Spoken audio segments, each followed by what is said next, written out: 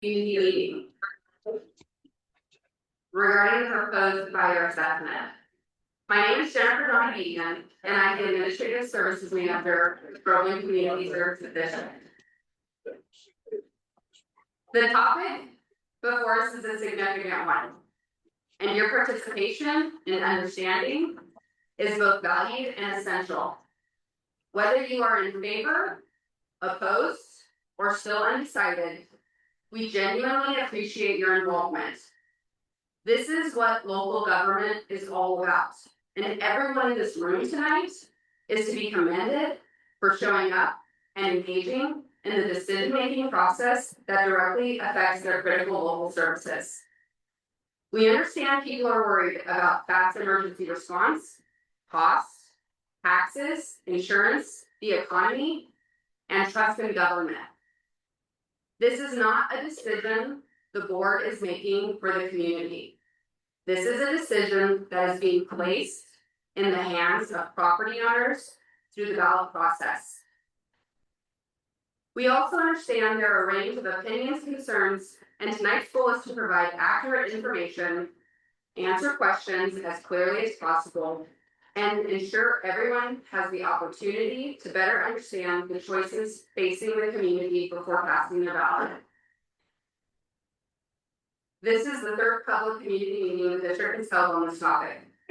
Previous meetings have covered the district's fire and emergency service responsibilities, operational realities of serving a rural response area, financial projections and funding challenges, the proposed assessment structure, and potential impacts to emergency response reliability if funding levels do not keep pace with operational costs.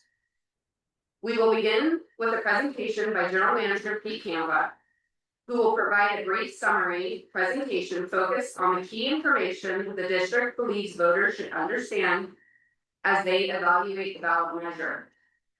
In order to allow the presentation to be delivered fully and without interruption, we will not be taking questions during this portion of the meeting.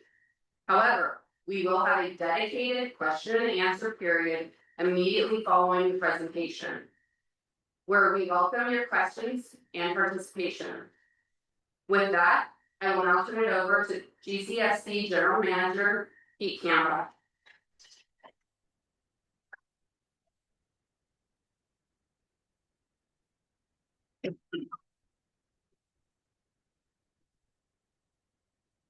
Guess I could have gone the way.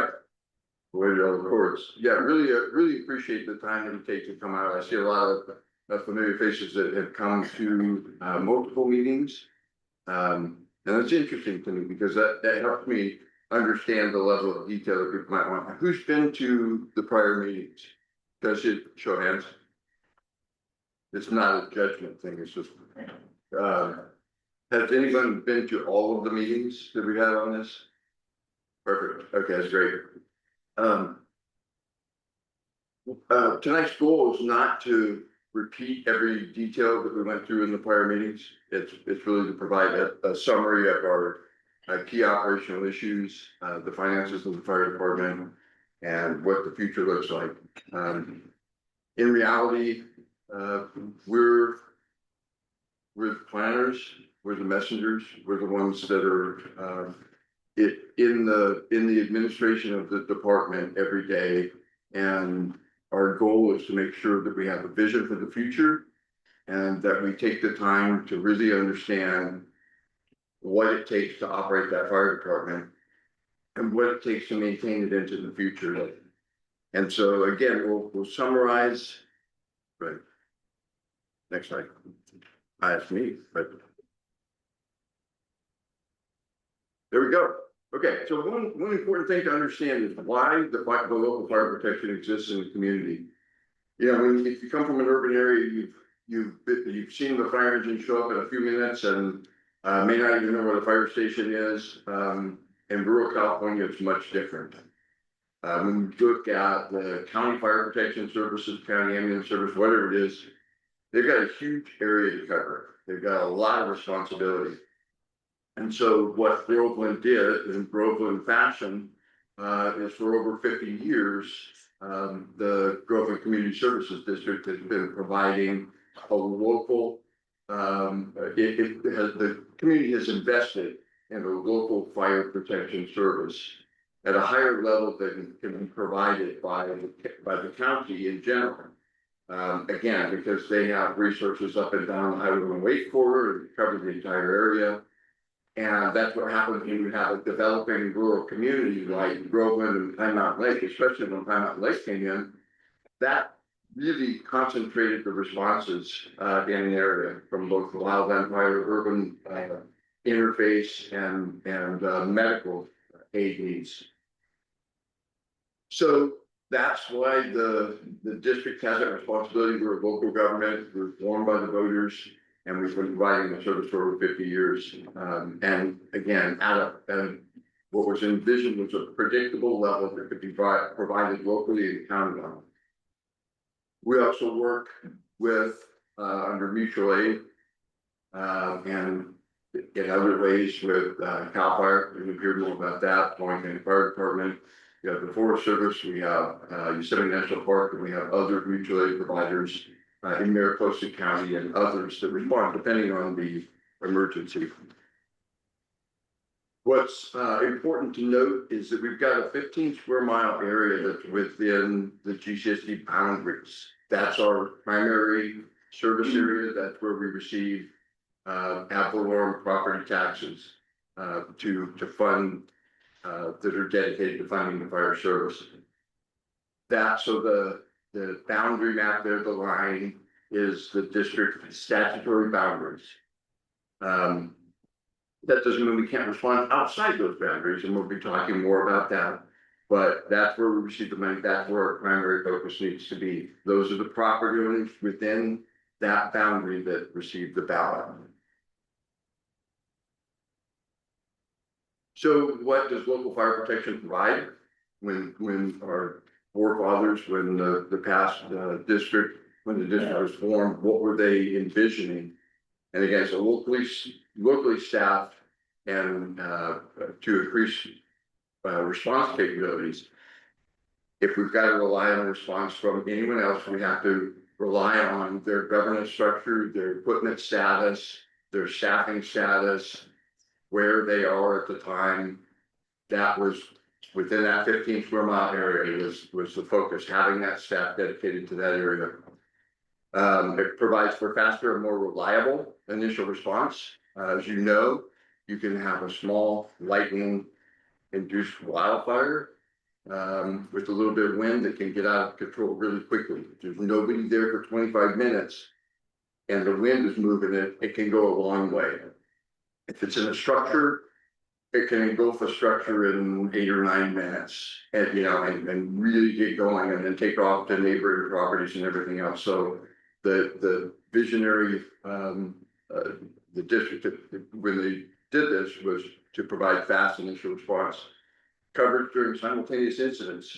There was a time when during the wintertime the GCSD was the only engine that was dedicated in the district boundaries, but it was also the only engine that was in the area.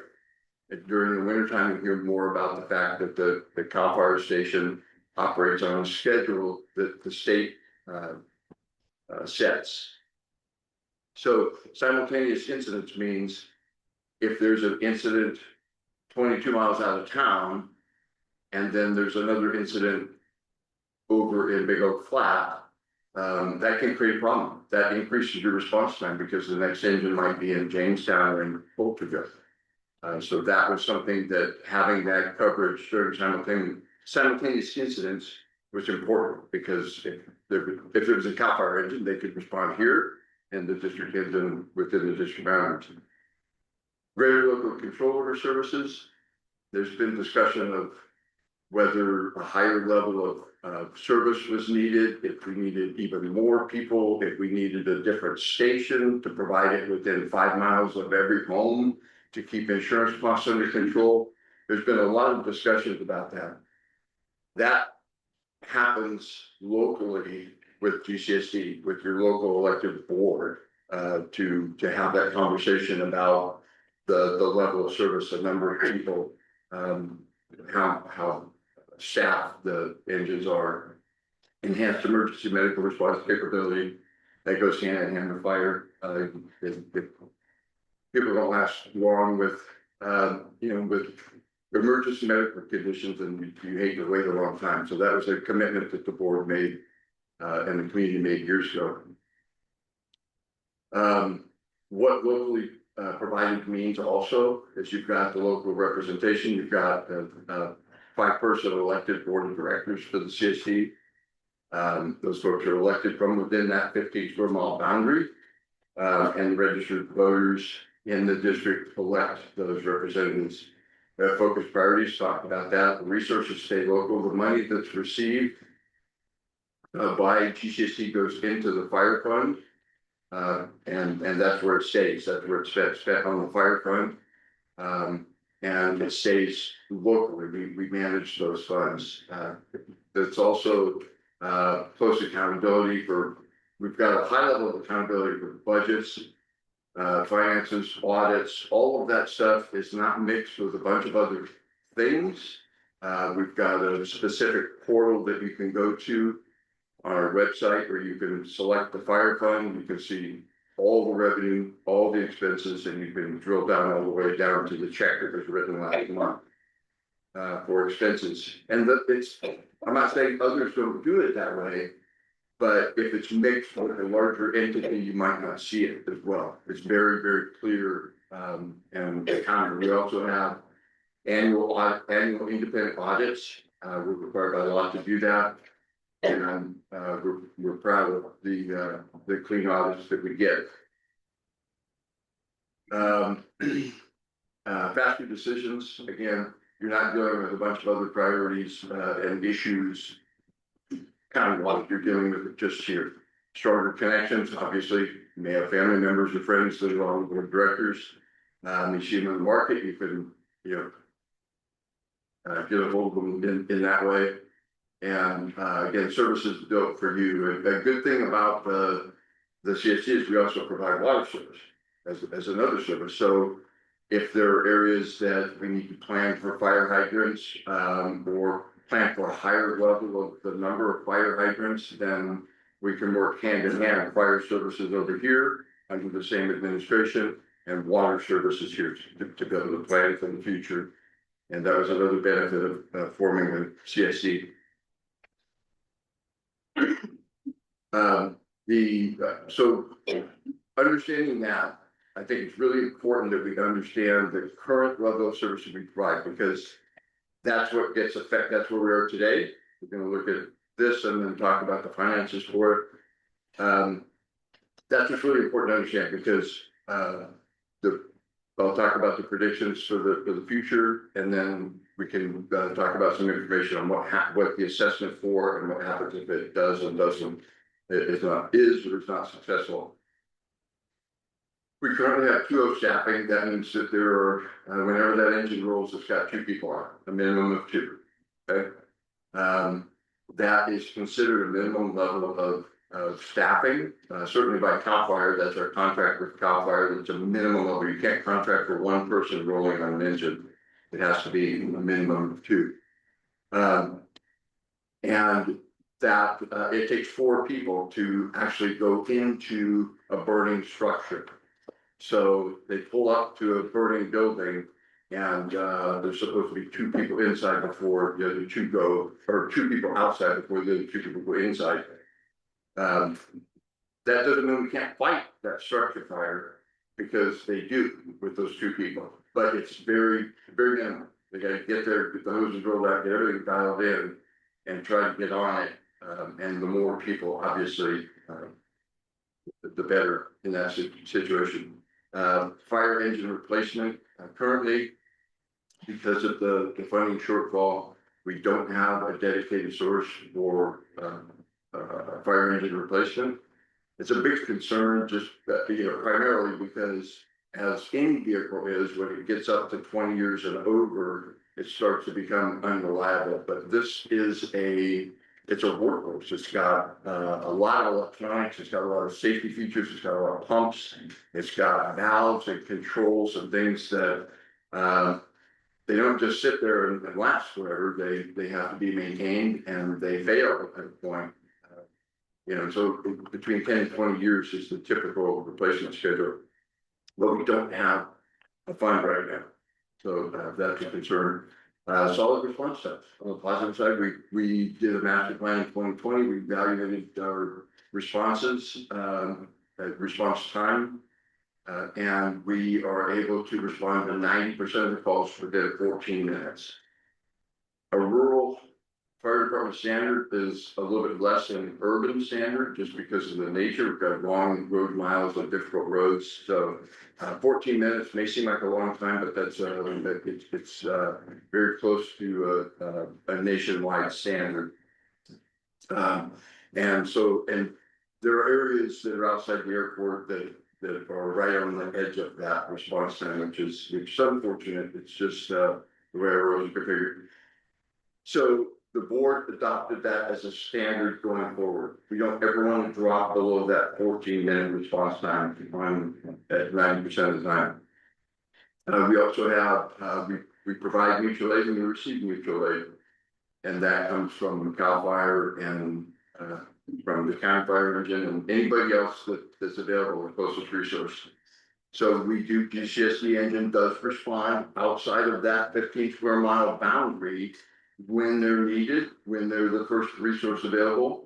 And, obviously with a fire, you want to get everybody on it as quickly as you can, vehicle accident, whatever it is. But then also our mutual aid partners do respond in. So like I talked about the 2 in, 2 out, when you have a fire inside GCSD and you have a GCSD engine roll up with 2 people and immediately you have a county fire engine roll up with 2 people, you've got your people to go inside. That's mutual aid back and forth. Equipment replacement. This is aside from the engines, we also have a huge amount of compressors and pumps and other things that are portable and in the station. A lot of tools, extrication tools for vehicle accidents, stilts and supports and different things that have to function for vehicle accidents and all of that. That we currently don't have a fund for replacement of that as well. Thank you. You can hear it. I'm still not myself, if you know. This it's not a horror story. It's just when we did the long-term analysis of the finances and the funding, the money coming in and the money going out. These are things that defined our current level of service. So we have been very successful. Thank you, CAL FIRE and their staff, their station, for writing grants for equipment replacement. We typically get 50%. That's not for the engine replacement. 20 years ago, it was much easier, but now that they're over $1 million for a new engine, it's not, if those grants are not available the way that they were. So if we're replacing a tool to rip a car apart, we can typically get 50% of that cost through a grant as long as they're available through the state or federal government. And so we've been very, very good at getting those every year. We do have a maintenance crew.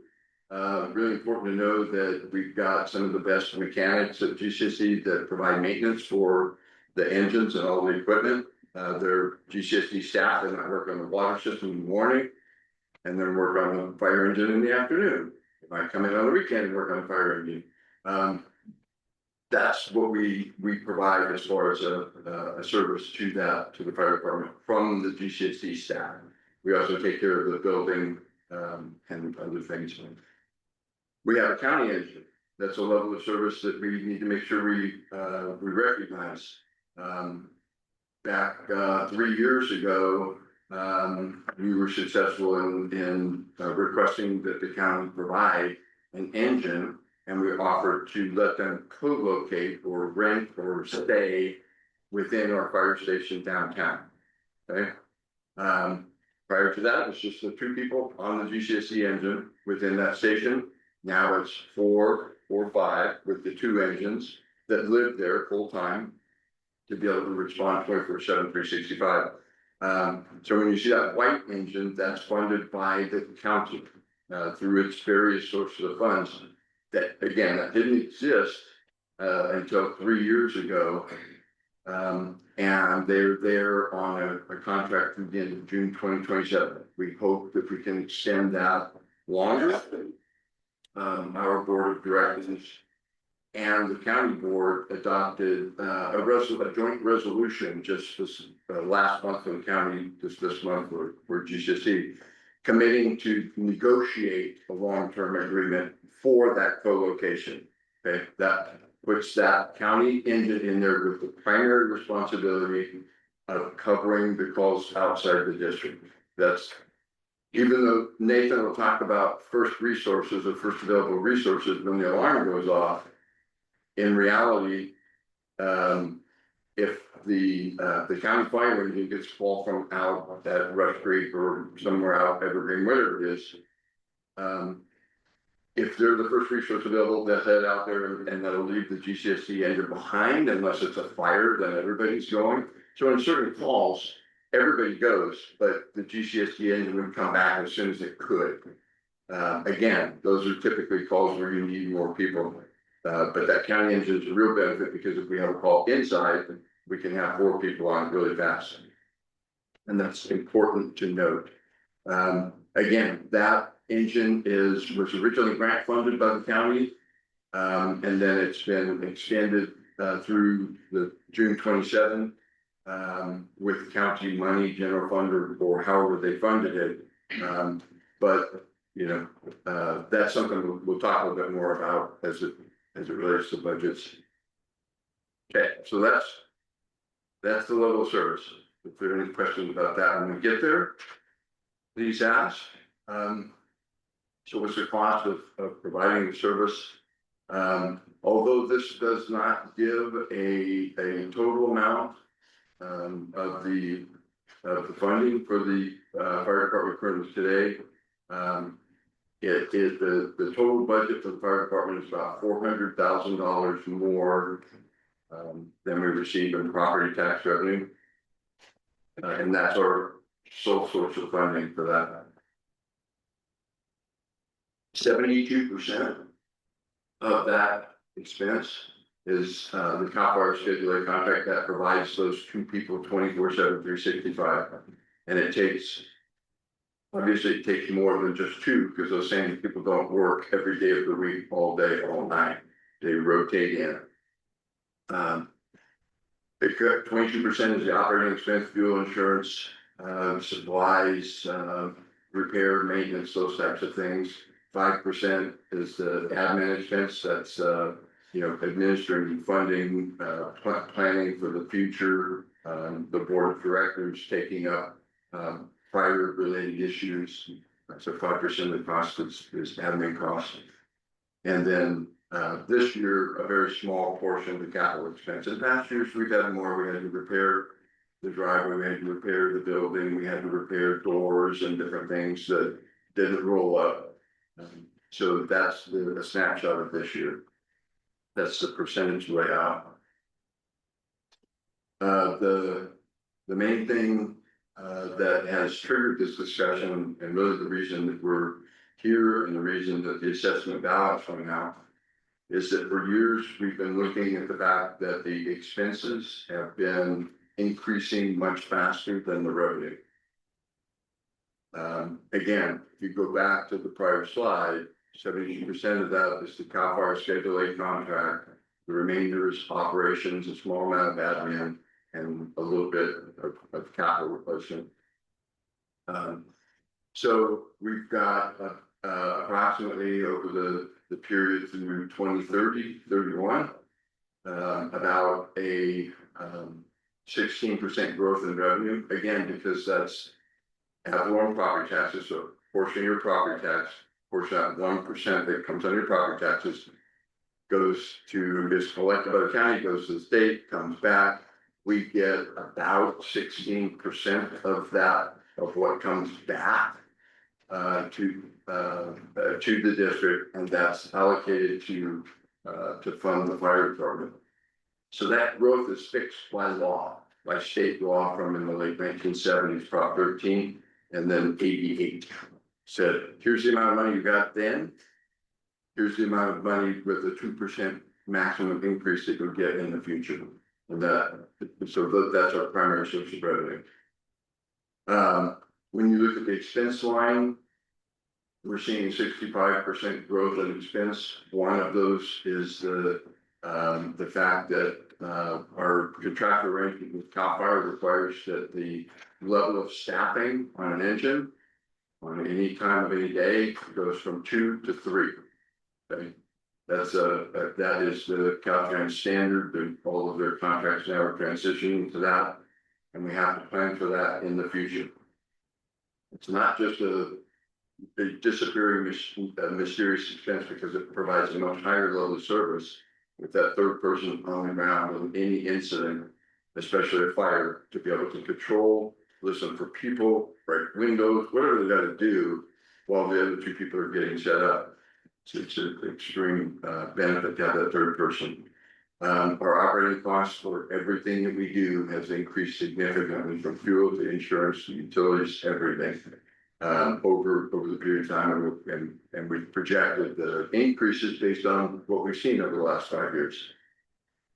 So you can see there's quite a gap there, with a $2 million annual gap occurring at the end of this slide. So if you look this year, we're approximately $400,000 in the hole.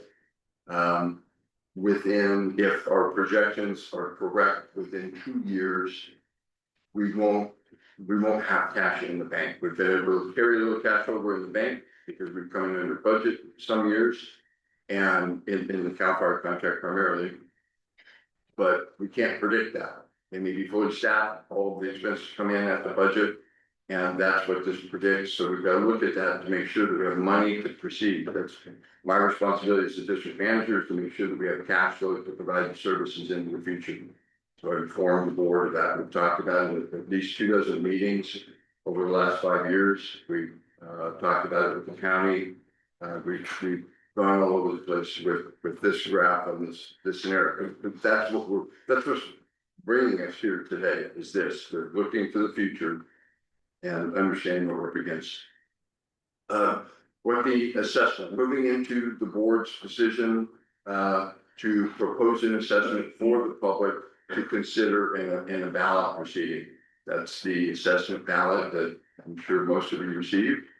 So far, if you didn't, you should. If you don't, please let us know as ASAP. And this one is a little bit hard for me to read, but I can read it anyway. The 53.4% is the CAL FIRE stipulated contract. 15.9% is an equipment replacement and apparatus fund, so that we can replace those engines on that 10 to 20 year schedule and replace all of the tools and equipment that are not grant funded on a predictable basis, and hopefully before they fail in the field. If we're trying to jack up a car or break a car open and something doesn't work, that's not a big scenario, because the backup for that particular tool might be quite a ways away. We have a 14.6% 3.0 staffing reserve, and that's just because if the staffing, the 3.0 staffing won't occur for another 1.5 years. So what this does is it provides that cushion, so that when the bills come in for CAL FIRE, we'll be able to pay for that third staffing when it happens. In reality, the red piece of the pie, the 53.4%, in future pies, you'll see that encompass that 14.6%. So we back closer to where it was in the 70s percent for the CAL FIRE contract. We've got 11.3% in total admin, and then contingency facilities and professional services like legal and consulting. With an assessment, we have to do an annual report update. These are all disclosure requirements, and the board has to vote on. There's expenses associated with that. So with that assessment, should it be approved, what is planned for the future is increased firefighter staffing. It's going from the 2O staffing to the 3O staffing under the Cal Fire contract. And that increases our firefighting capabilities, emergency response capabilities all together to have that third person on the engine. So safety, it's an operational issue, and firefighting speed. The equipment replacement fund is funded in its entirety. We looked at, again, we did a 15-year financial projection, and replacing the engines on, in reality, our standard is 20 years. But sometimes the technology goes up so fast and the safety standards and the requirements that we want to plan between 10 and 20 years to be able to replace the engines. It also funds, again, all of it. It's a dedicated source of funding that you go to track on the website that goes specifically for that equipment replacement. And again, let's make sure when they pull it out of the truck, or they get into the truck, or they hit the roll up on the door, that everything works every single time, so that the responses aren't delayed, or that the responses are completely staffed with good equipment. Sustainable operations, again, there's I can't use the word guarantee, and as it is, that's not that's what we can say is that our financial projections for 15 years, we took each and every expense of the district fire department. We looked at today, we looked at history, we looked going forward, and we applied the cost increase to that. And we are certain that the amount of money that we've estimated for the future, barring some of the really weird prices where, you know, costs go up 15% a year, we're expecting that will cover costs for the long term, and that's what we're looking for.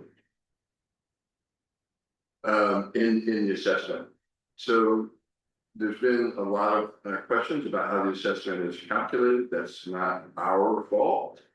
The assessments fall under very specific laws in the state of California, and the courts have interpreted them over the years since 1996, when the California's Right to Vote on Taxes Act, Prop 218, was passed.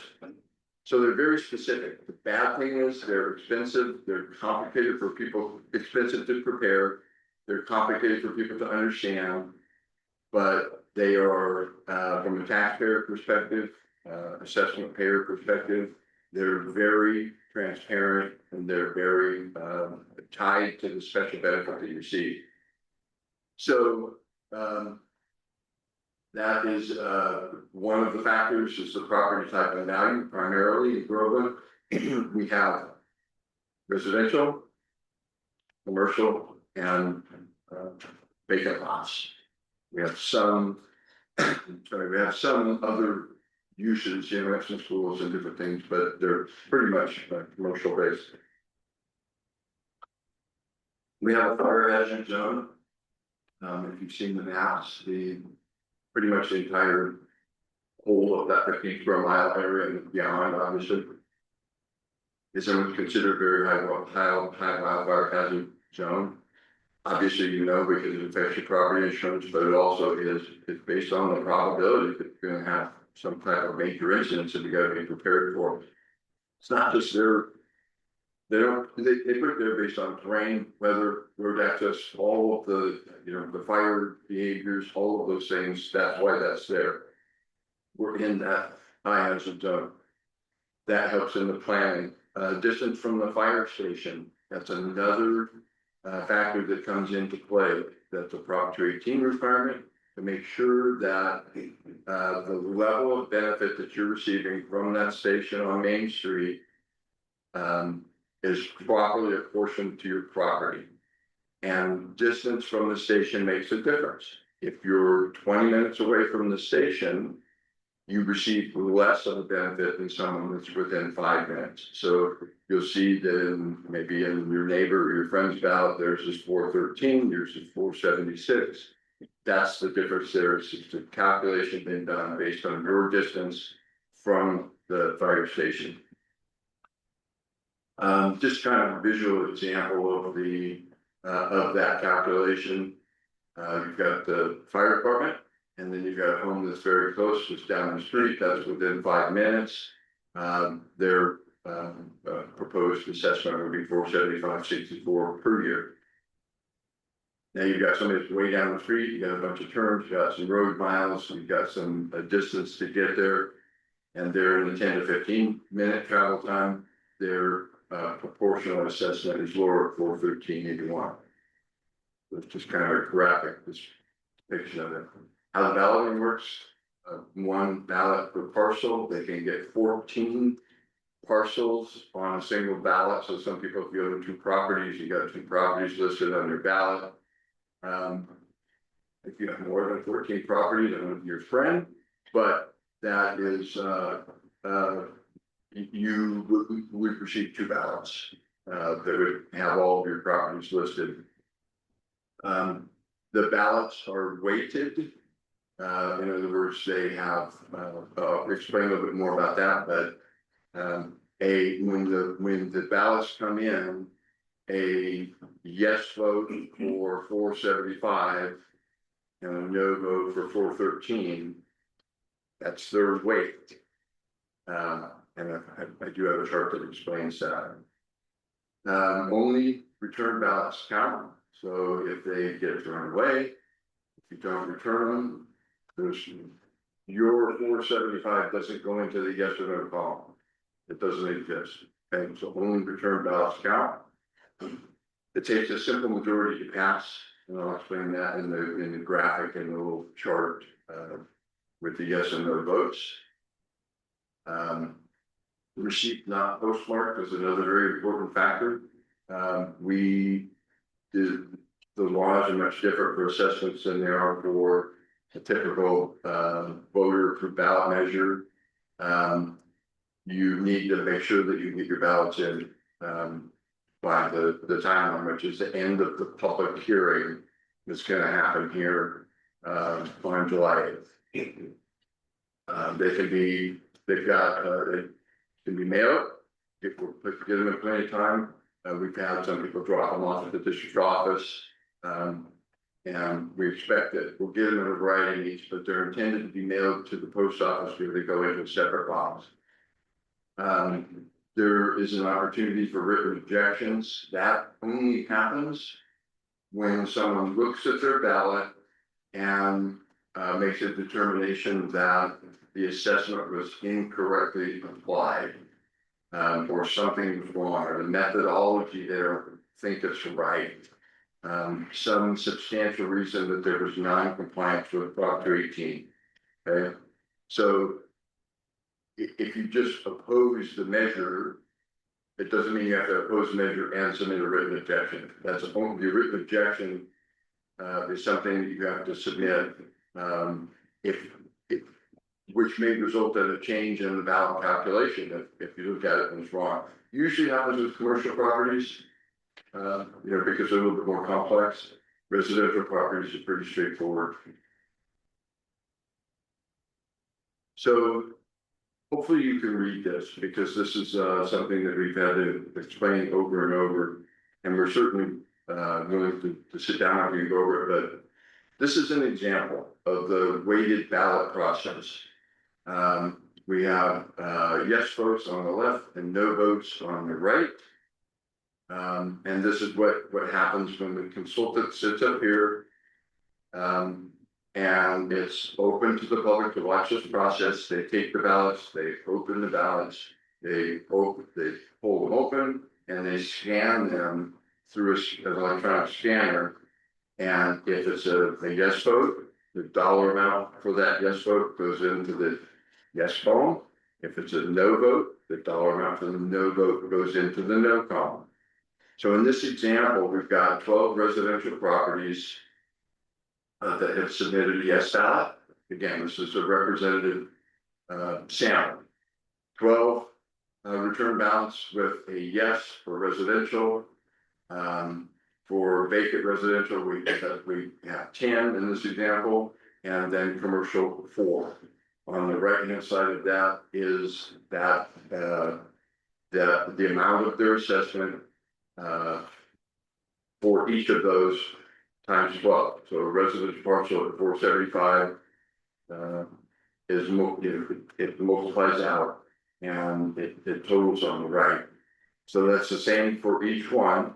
You get down to the bottom, and in this example, you've got 10,167 in yes votes, in dollar amounts from the weighted yes votes, and you've got 18,287 in no votes. And what that results in is it results in a percentage of no votes that's higher than the percentage of yes votes.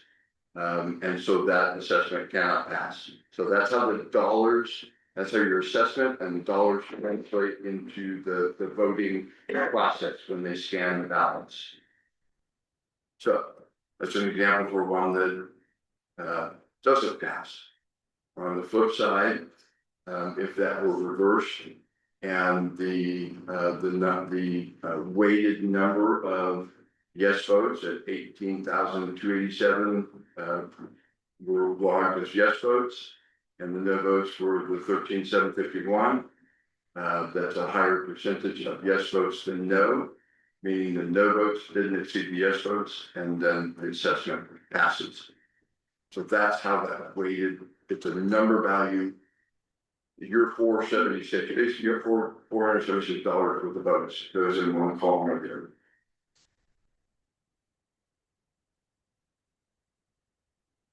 So a little bit of background. I'm almost done too. How the assessment functions. Important to understand.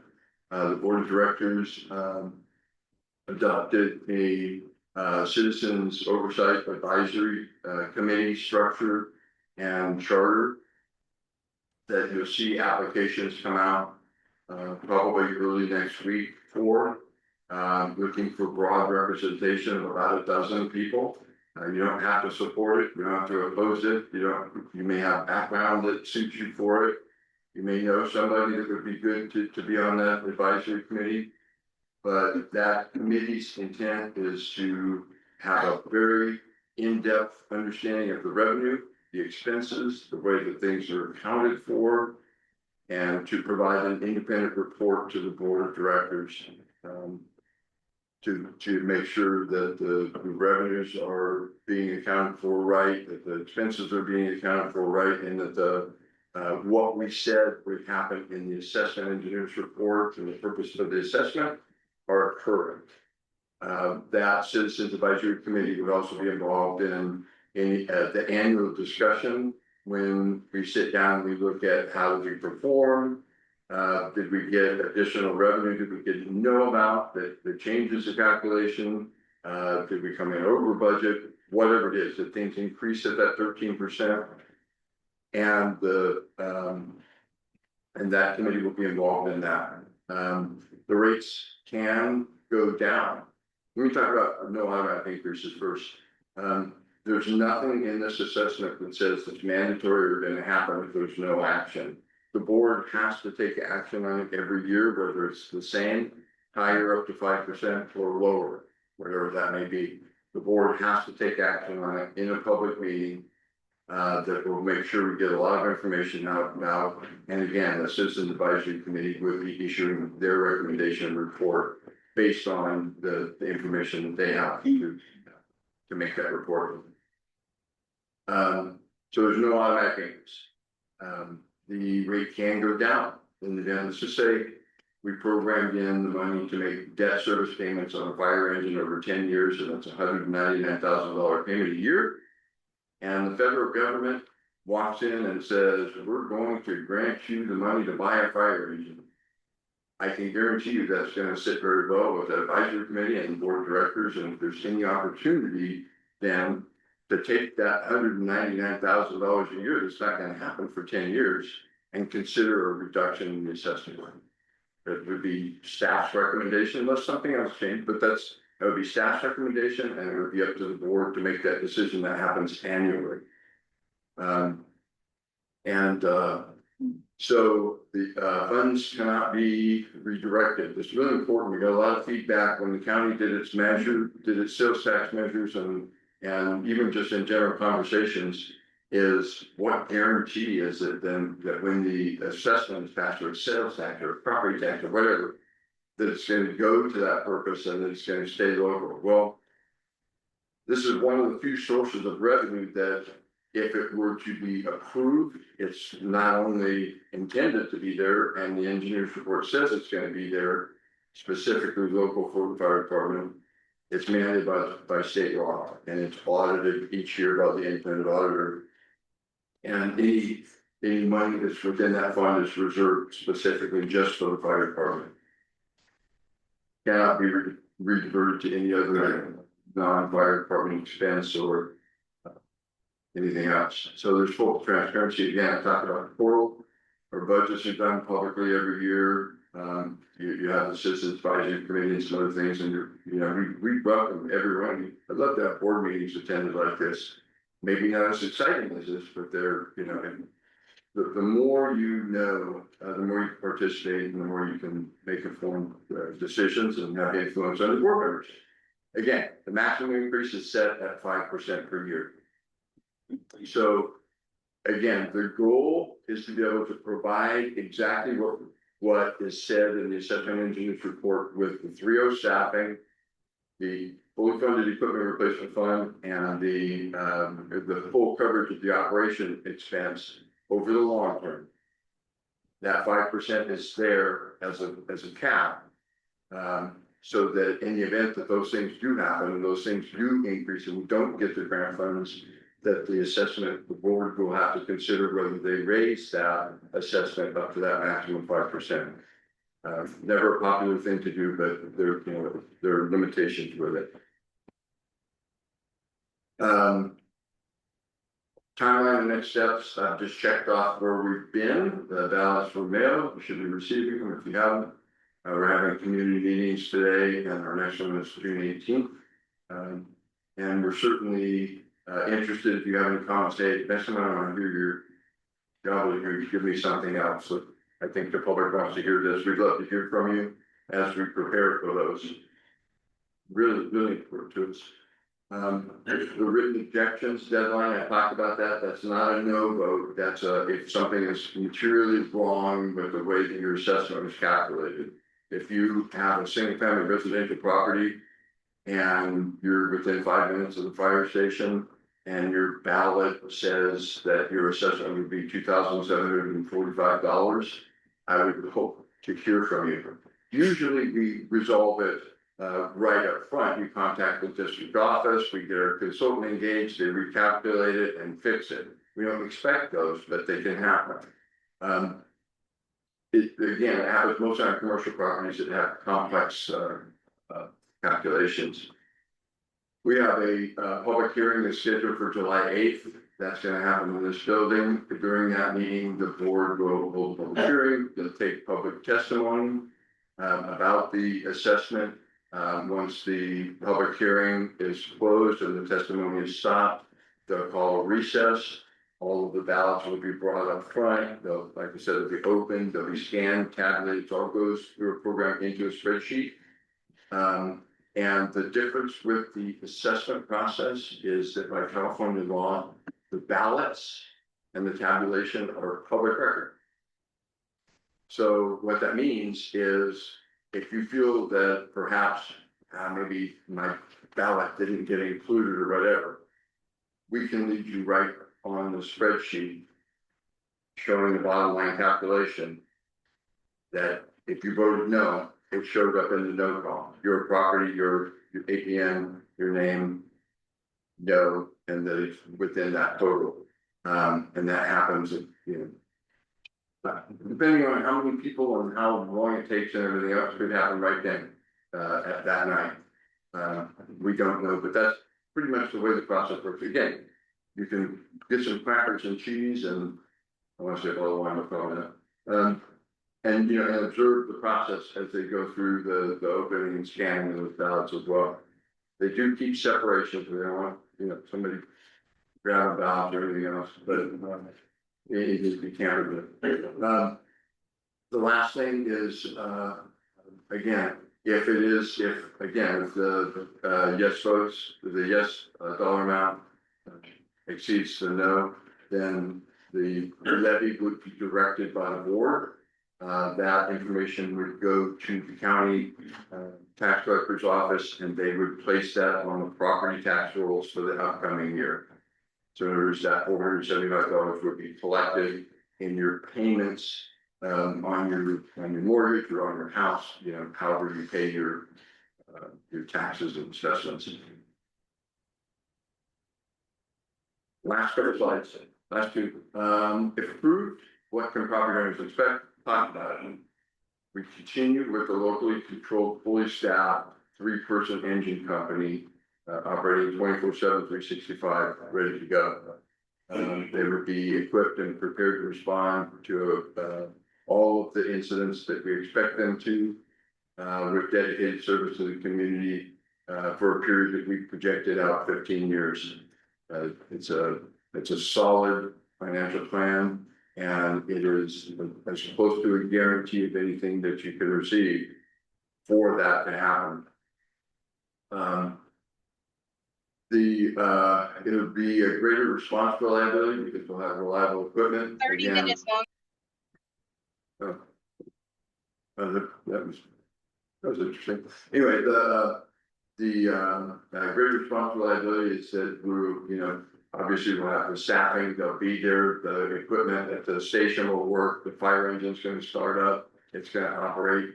It's a reliability thing that we can count on for the long term. And again, funding that equipment replacement fund. We're not going to be able to wait until we have enough money accumulated in an equipment replacement fund, if it's successful, to buy it outright, because engines take 3 years to build. So our 17-year-old engine today, if we place them forward, we can get it for another 3 years, and then it would be a little over 20 years old for that first in primary responding engine. So that is important, having that equipment replacement, maintain quick response times, enhance firefighter capabilities, and operational cost avoidance. That's what you can be assured if the assessment is successful. It's got to be approved to have that, but that's what you. It's an insurance from the district that we planned that way. This is a complicated one to present because there's so many moving parts. I can't tell you if it's not funded to closing the station on Tuesday. That's not my place to do. There are a lot of steps in between. We can't advocate and say and make it seem like we're pushing this to happen. All we're doing is giving factual information, and it's your decision. This is completely your decision in respect to however it goes.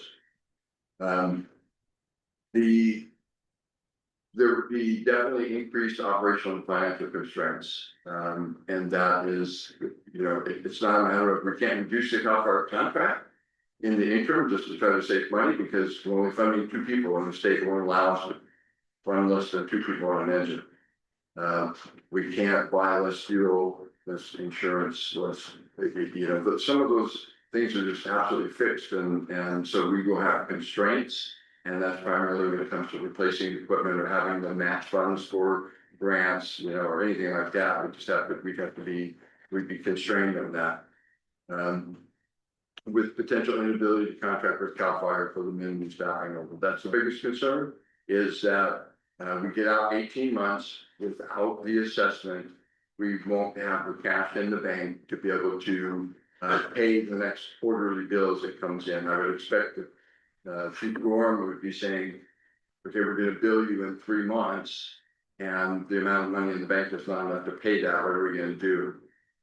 So that's, I can't say it's absolutely gone. I can't say it's you know, the end of the entire world, but I can tell you that we won't have the cash to be able to do that past that time. So what that's going to lead to is potential changes in service levels, meaning that again, we may be driving unreliable equipment that hasn't been maintained up to the standard because we didn't have the money. It may not function the same way that it did because we couldn't fix a pump right. Again, we're not going to reduce the staffing load too, but the just other things will suffer in reliability. And again, when you call 911, great that it, I mean, you want that truck to show up right away. It's a bummer when it breaks down on the way. Increase the important thing that I'm sure we'll have more conversation about and questions and everything else is increased dependence on outside resource availability. Meaning that if the GCSE engine were to not be able to continue its funding CAL FIRE and that contract was terminated, that the responses within the district boundaries would have to rely on the county and their countywide mission and their countywide budget and the resources that they have available. It would have to rely on CAL FIRE, whether they're here or whether they're committed elsewhere, or whether the station is open if it's a non-fire season. Just Chief Glenn can address that.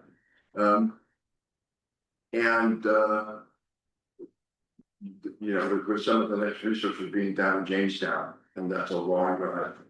It takes a long time to get here. So that's the question before the voters is: are we okay with increasing our dependence on others? When 50 plus years ago, that was the reason that this whole thing was formed, was to make sure that we had surety on what was controlled locally.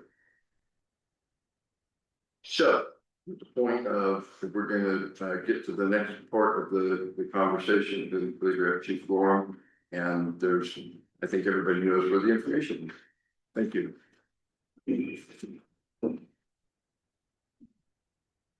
Okay.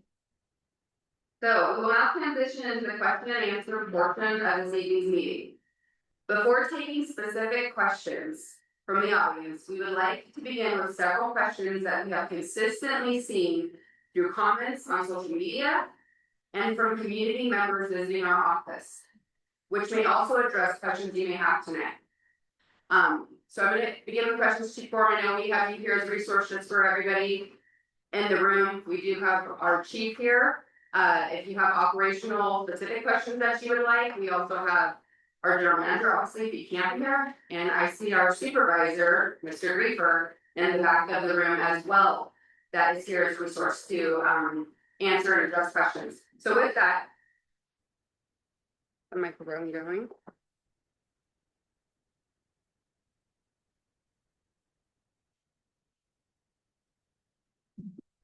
Yay. Okay, let me give it to you. Those questions. Okay, so the first question: why did GCSE choose to go forward with an assessment versus looking elsewhere for funds? I think that's going to land with me. There's a history. There's quite a few years, like I talked about before, the district had been looking, had this graph in their sites. We were seeing that the expenses were increasing faster than the revenue. We immediately began working with the county and partnered with them on their sales tax initiatives. And those take time to develop, and we're hoping that those would be successful and that there would be money flowing in to the district through that sales tax proceeds. Fortunately, by the time those went to the voters, went out, they were not successful. And so that partnership was intended to provide an alternate source of funding other than the property owners and taxpayers, specifically within Groveland. Again, we looked at every possible grant opportunity, grants to replace the engine, equipment, all of that. And we've been successful in some, and not the big ones. And we considered hired third party municipal finance consultants to look at what the funding options are going forward, knowing that the expenses with the CAL FIRE contract being most of it, and other expenses increasing, that didn't have a lot of expense that we could reduce. Even if we did reduce it significantly, we still the cost was going to exceed the $1 million. So we engaged a consultant to look at the possibility of what types of revenue measures were out there, what might be palatable, what might be acceptable to the public. And there are very limited opportunities. State law limits a public agency to just a very narrow group of funding measures. A special tax is one measure that's levied based on the registered voters within the community voting on behalf of all of the property owners. The capital might be outside of the area, and it's typically a set amount that is taxed, and that requires a super majority to pass. Look at a voter, a citizen initiated tax, which would be a group of citizens coming forward, getting a petition and having enough signatures to get it on the ballot. Those at the time regarded 50% voter approval. That would provide funds specifically for the fire department. However, there were a number of court cases pending that limited that ability for the citizens initiatives. Unfortunately, there is. I don't want to say unfortunately because I understand tax law. I really appreciate the voters' right to vote on taxes, but there's an initiative on the ballot in November, and we knew it was coming. We've been involved in state legislatures for a long time. That limits the public's ability to be able to get those passed. Those are, you'll see it in November, it's going to raise that bar from 50% for voter citizen initiated tax up to 2/3. And any tax that is approved in the past 2 years, according to that ballot initiative, will be rolled back, will be eliminated. So it was a real risk to go forward with that type of a tax measure.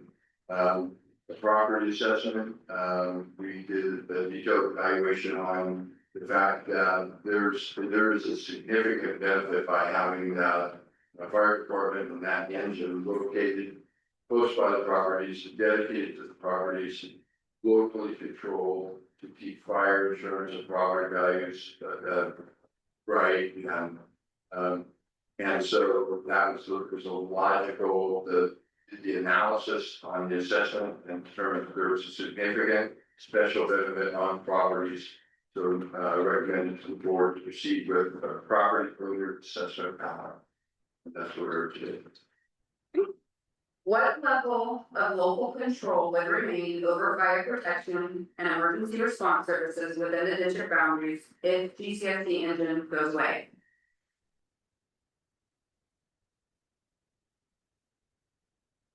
If the GCSD engine goes away, the control transfers to whoever might pick up that responsibility. If someone did, for example, if the county said we'll provide some level of service because they're not reformed, consistent reform. There's that one obligation and responsibility is to provide that service going forward.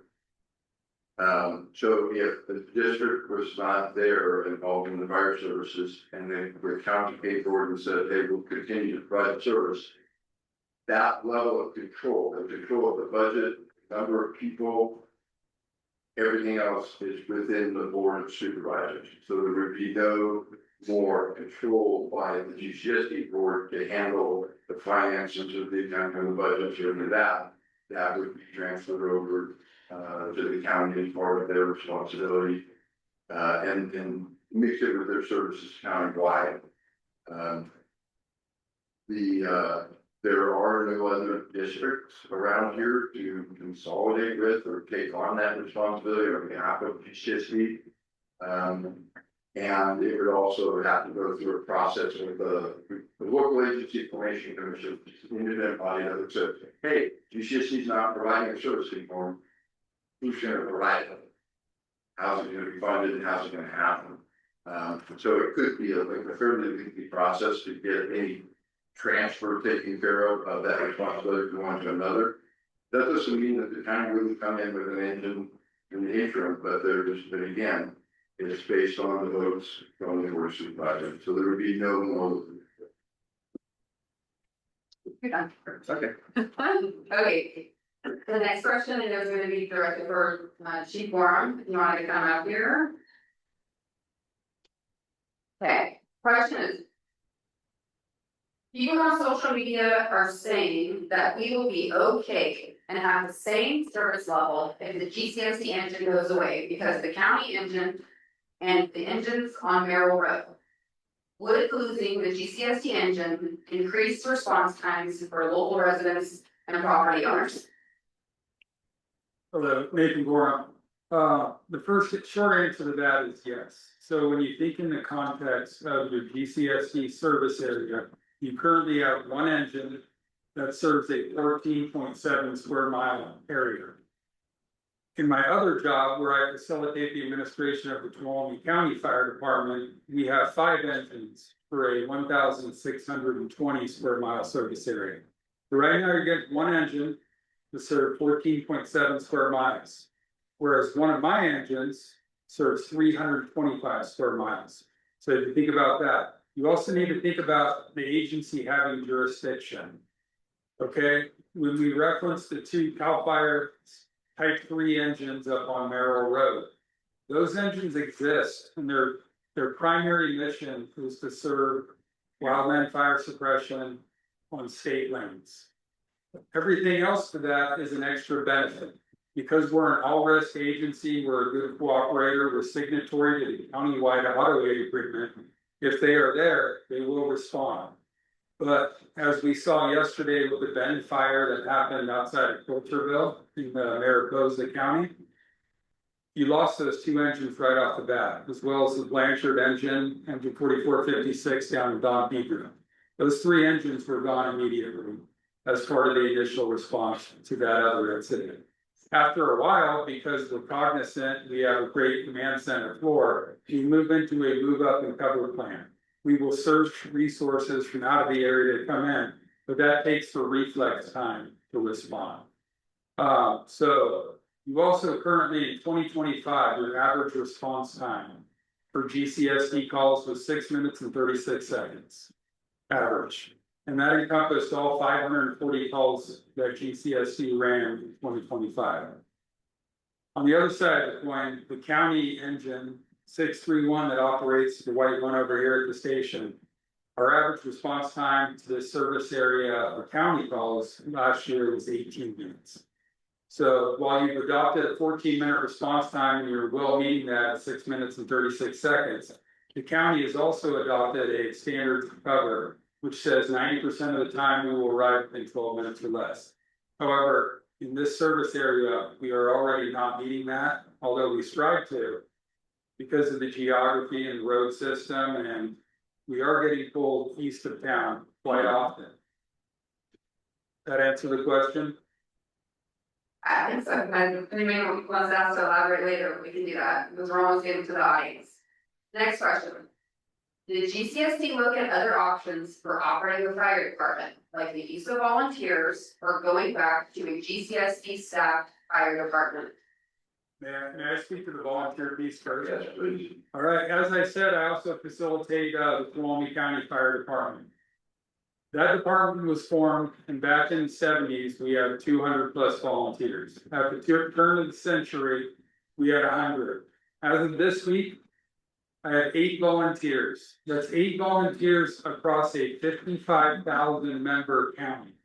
So if you think the volunteers are going to show up, I hope they do, but I don't think they're going to, because they're not showing up for me. They're not showing up all up and down the state. There's many reasons. There's volunteerism is declining. The state and federal mandates of training have gone up. A lot of employers don't embrace it or want to support it any longer, right? They want their staff there doing what they're paying them to do, not heading out and going and helping a neighbor, unfortunately. So to think that the volunteers are going to show up, I hope I'm wrong, because if I can only get 8 across 55,000 member community, how many are you going to get amongst a 14.7 square mile area? The district also, in the past had operated its own staff fire department. And the difficulty that you run into there is not only do we have the staffing costs and recruitment costs and being competitive with the other agencies who Cal hiring thousands of new firefighters a year. People are going to do it for free.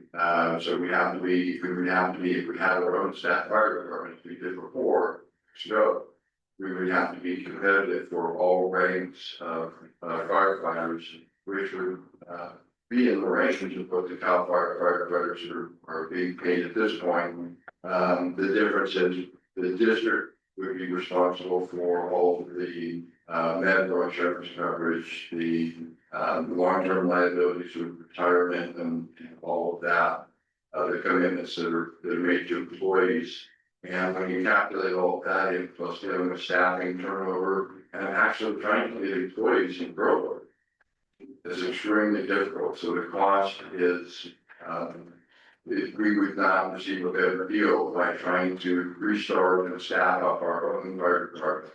We heard about the volunteers, but we also tried to do several years ago and advertised for 3 years was start to get some reserves. Start to get some people that came in, got experienced in the fire services, got their feet wet, trained up, and then, became full-time firefighters. We advertised for 3 years. We got one after 3 years for reserve firefighter because they don't get paid as much and they still have to meet all of the same requirements as a career firefighter and live at the station and things like that. So it's been difficult to even trying to plan for a different model of contracting or employ people to the staff part. And again, what we're charged to do is making sure that that engine responds and is available and rolls down the road and gets to that response in time again. To do it, if you don't know if something's going to show up, or you can't fill your roster, it's really tough. Supervisor Greenberg, this will be for you. Yay. Hmm. Bring it on, let's go. Where will the county engine respond from if the GCSD station closes? Well, great question. So the county just went into an agreement, as you saw on one of the slides, that we have guaranteed that we will have our county fire truck will be at this station, the very loud running station. Right now, we've agreed to a 1-year term, so it'll be at least there until June of 27. So right now it'll be June 27. But I want to add on to that. We have no plans. The county has absolutely zero plans of pulling this truck out. So even if GCSD gets out of the fire business, you're still going to have a county truck at that location. We will still commit to our responsibilities for fire. We will work with our partners to have the truck at that location. So that station will be manned, whether it's through GCSD or through the county. The county has zero plans on actually removing that truck from that station at all. Oh, no, you can't read it. I heard the Board of Supervisors has only funded the Groveland engine until the end of June 2027. What happens if the Board of Supervisors doesn't continue funding this past that date? We all like history, so I'll give you a little bit. So in 2022, the county of Tuolumne only had two fire stations, two Tuolumne County fire stations. Safer grant bumped that up to 5 full-time stations. And that is including the Groveland station. So the Groveland station was a Safer grant funded fire station. The Board of Supervisors, recognizing that Safer grant money was going away, is the reason we closed Station 56 in the Soulsville area. So we didn't have the money for that. On the flip side of that, the Board of Supervisors, and even myself currently right now, guarantee you that we're going to continue funding this fire station. This is a now full-time funded fire station. So you went from 2 stations countywide to 5 stations countywide, down to 4 stations, because the Soulsville fire station number 56, is going to be closing on July 1st. But this fire station is a dedicated full-time fire station. We have funded it. We will continue to fund it, which is why I say with a passion, we're not gonna pull this fire truck out of your station. I don't ask this one, Yeah, go for but I gotta ask it. It was part of the end and I figured I wouldn't, but how can you as one, or how can, we have one board of supervisor that represents us. How can they guarantee that the entire board of supervisors will support that? I just need 2 other votes. Right, that's what politics is. Yeah, shaking hands, kiss babies. If you get that backwards, it doesn't look good on TV. But the reality is, you have to trust your board of supervisors, whoever it is, whether it's myself or whoever it is after me, to make sure that we have built those relationships with the other supervisors, to make sure that we have 3 votes on a Tuesday, right? Hear that they have the same thing, 3 votes on a Tuesday to get something done. So we recognize, the county recognizes that due to the geographical location of Groveland and the 120 corridor, that we make sure that it's funded, that we continue to fund it, that it is a top priority for fire service and fire suppression in this community. Thank you, Supervisor Creeper. Okay, we will now begin taking questions from the audience. Out of respect for all participants and to help maintain a productive meeting environment, I'm going over a few ground rules. First, we ask that everyone remains respectful, even when opinions differ. Passion is understandable, personal attacks are not. Second, we ask that attendees refrain from cheering, clapping, or other demonstrations during the meeting. These types of reactions can make it difficult for others to hear questions and responses and may discourage participation from community members with differing viewpoints. Third, we ask that questions remain concise so we can hear from as many people as possible. Last, each individual will be limited to 1 question at a time. This will help ensure we are able to hear from as many community members as possible. Once everyone who wishes to ask a question has had the opportunity to do so, I will return around the room for any additional or follow-up questions. I will be walking through the audience with a microphone. If you have a question, please raise your hand and I will come to you. I can understand the microphone, so we don't have to share. Hi, my name is Lynn. Thank you.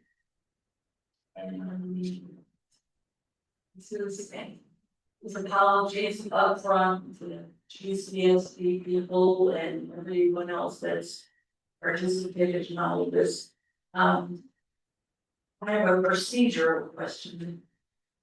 Sound man, yeah. This is a no vote would not be greatly supportive of GCSD, right? And yet I see that our ballots are all going to be sent to GCSD. And I don't think that's procedurally correct at all, that we're sending our ballots to the people who are going to be affected by this ballot one way or the other. I don't understand why it's not going to a third party.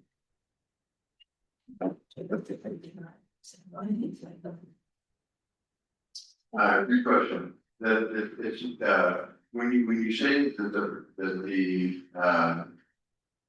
the ballots are going to GCSE. GCSE has no vested interest in the outcome of the election. We're simply presenting public the facts and making a decision in a ballot measure.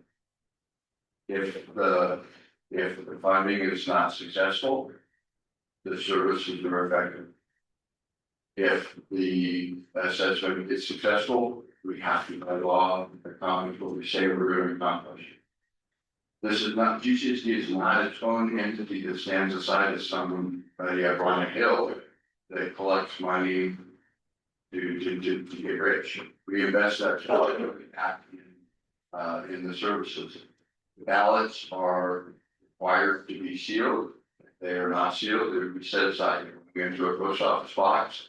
They're collected, put in a lock box, and not open until the election. At the election, the totality, every one of the ballots is open, it's scanned, it goes into a spreadsheet, and you can block right out, and you can see whether your vote was cast correctly or not. There's absolutely, the difference with this assessment, it says it's required a lot to be a public record. Doesn't mean we hand out ballots, other people's ballots at the meeting, but we're required to make this a very public process. And the fact that you're going to be able to see whether your vote was contained in the no vote column, whether yes or you go to see your name, whether you voted yes or no, did your ballot get open? Yes. Did it log in the right place? Yes. It's included in the total. So there's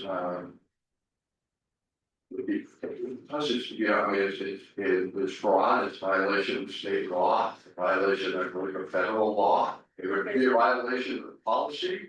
The employee would no longer have the job. I haven't ruled with anyone ever tampered with a ballot. You could pay additional money to have a third party drive to Groveland, collect the ballots, bring them down, and then we rely on their security, their location. For whatever reason, that we're not familiar with, to handle them differently. But this is been through it 6 times in different districts. It's a normal way of doing business, and I can guarantee you that I'll oversee every single day of the calculation of the numbers that put into the box, not open. You're welcome to come down and see the lockbox. We haven't figured it out. It happened like this before in the ballot that I participated in. This is the assessment ballot because this whole process is required so by law. That's the difference between these and a ballot that's on the county ballot that's handled through the county elections department. So it's up to someone from the GCSD to say this envelope is open, so it doesn't have. So third party municipal finance consultant that sits there with they got the same. We're hoping we can get somebody from the elections department to at least sit it on it, but you'll be able to watch it, you'll be able to watch it, I'm hoping. But and again, the end result is you can check right away to see if the vote cast. So if there was any opportunity that it was changed or it was found and not included, you'd see it, see your name, see your vote, you'd see your dollar amount, you'd see if it included within the total. But I didn't get a money answer. Not answered from last meeting. This is a single question, maybe lawyer, you show any answer. In a previous life, you, and I'm sure the board spoke for the best. If the measure fails and the Groveland truck is no longer in service, if the county truck is available to cover the same area as 3 trucks, what would the response time be if the county's truck were responding to anything other than the local area? Chief, you probably didn't have a little bit of a idea on that. But I understand the county's desire to cover the area in the event because these truck is not there. But it seems that the response time be greatly increased if we just had the county truck here, as well as maybe California or the else, if the county truck was responding to someplace else. Sure. Neil, but let me address first, because I want to make sure there's no confusion. I understand what Supervisor Reaper was saying is that there would be a county engine. But that county engine doesn't also, in addition, replace the GCSD engine. We'd be back to a single engine in that station. So if a call came from Evergreen, they'd go. If a call came from River Flat, they'd go. If one came from both times, wherever they were first, they had to travel to the next one. We'd be back. I don't think Steve was talking about what we would that county engine would be there plus a second county engine to make sure that there was primary coverage. That's the only thing we control is that primary coverage in that 15 square mile area. So I'm not digging that, I'm just. No, and that's why I wanted to jump on this, so if should GCSDs get out of this fire business, say that this fails and you can't do it.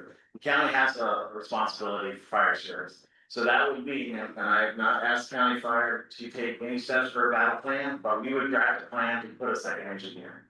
Because the county gives GCSD $1.4 million to fight fires or provide fire service. So the county would just keep that 1.4 million, and then we would have to come up with another 1.2 million dollars to come up with another truck out here. So that would be what we would have to do. So if we were to take over the fire service for GCSD, we recognize that we probably have to have a second truck here. So to answer your question, I can't answer that question because I don't know where another truck would be coming from, but the same problem still exists.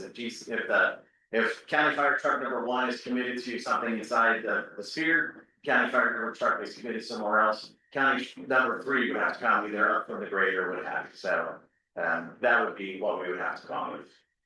The tough part of the decision before the voters right now. Right. Is whether we hope that the board of supervisors would long-term commit to the 1 engine.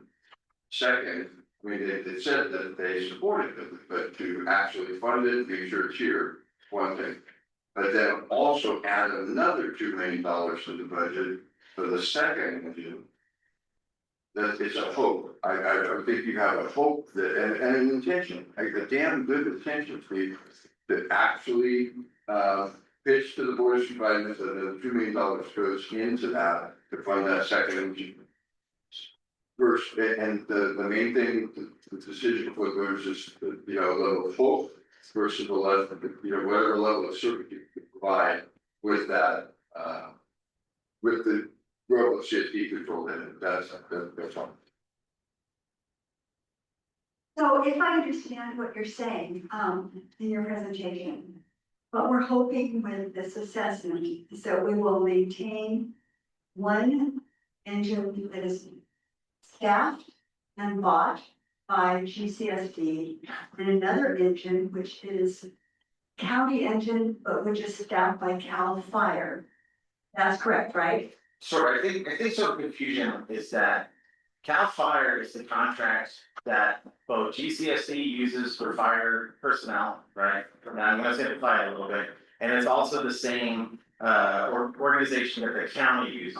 So the chief has to kind of answer to the county and answer to GCSD. This assessment has nothing to do with the county. Right. We are just gonna be good partners. We want to encourage the communication. So everything that this discussion is about is solely for GCSD. The county has no plans at this time to move that truck out of there or to do anything other than be supportive. Okay, so that being the case, this is my question. It seems like we, as compared to other rural areas in California, actually with that scenario, really superior fire coverage. Yet, in spite of that, because we're in a fire hazard area, most of us have lost our, fire insurance or had exorbitant rates. And is there any official or effort by the board of supervisors or by GCSD or by any entity to interface with insurance companies and say, this is not your typical rural place, this has got great fire coverage, thus by, funding this special assessment, we would actually be helping ourselves because we might actually get more reasonable fire insurance? So my inner politician child will answer this question that people in Sacramento don't care. The reality is we are on our own. The reality is the insurance companies that are operating under the FAIR plan, it is only fair to them. It is not fair to us. With that being said, my adult politician side says we have a major election coming up for the insurance commission. I don't want to take too much of their time, but we had a candidate in town last week. You can see it on Access to Wyoming, to see how she will address the insurance issues. The reason she was here is because I went out and got her to come here and answer those questions. So your board of supervisors right now is 100% dedicated to opening communications with the future insurance commissioner and the insurance companies to address our fire concerns and to get off of the fair plan and to get better fire service insurance options to you, and this is one of those options. And then what we do is we work with the ISO, the Insurance Service Organization. They're a portion of the rating schedule. Not all insurance companies use it, but it's a long-standing process of reviewing the level of staffing and fire protection, how many engines, what are your response times, how close are you, your water supply capabilities, your dispatch capabilities. And those all come in through a rating. And that rating is then something the insurance companies can use to establish rates. So let's just say, because Groveland had 2 staffed engines, and we had solid funding for each of them, and we had great response time, and we had an equipment replacement plan, and our fire hydrants all worked, that we went from 4 to 3. That could have an impact on the insurance ratings, but that's that's an angle that we work all the time. We want better insurance ratings, and there's it's a multi-pronged approach to it. Okay, how is it, question? I have some information, then I want you folks to tell me how is it this way? I checked with Twain Fire Department. It is run exactly like GCSD used to be run before Cal Fire had a contract with us. They're operating with 4 full-time firefighters, 24/7, on a budget of $1.6 million a year, and a residential assessment supplemental of $84 per residence. Anybody can go check this on their website. I called them personally, and I called the fire department at Plain Park. Here's what they have. Remember what these gentlemen up here said recently about what they could not do? So how is it that they got reservists? They're using reservists. How is it that they're doing that? How is it that they got 1 full-time firefighter captain on duty 24/7? They somehow must have to pay competitive rates too. How is it that they have 1 full-time engineer on duty 24/7? And 2 additional intern firefighters. These are firefighters that are trained but are not yet hired full-time. How do they get these interns if Cal Fire's sucking them all up and stuff? There's plenty of these people out there available. So how is it that Twain Hart is doing it on half the budget that you are proposing, almost exactly the same kind of community, a little bit higher population? So if we had to pay the assessment that they're paying, we would have to pay about $200. Okay, how is it? I don't think we can answer that question, and I'm not gonna answer that question. And the reason why is Twain Hart Fire and Twain Hart community is clearly different than this area. So if you want, we can talk about it offline, but I think what we want to do is focus on how we can take care of the people in this community right now with the options that we have before us. It's one of the options. So it's not one of the options, but It is one of the options. I'm not gonna debate this with you. I don't care, but it is one of the options. Next question. Excuse me, I'd like to answer the question as well. That district, I managed back in 2005, 2006. They have a fire assessment in place when I got there.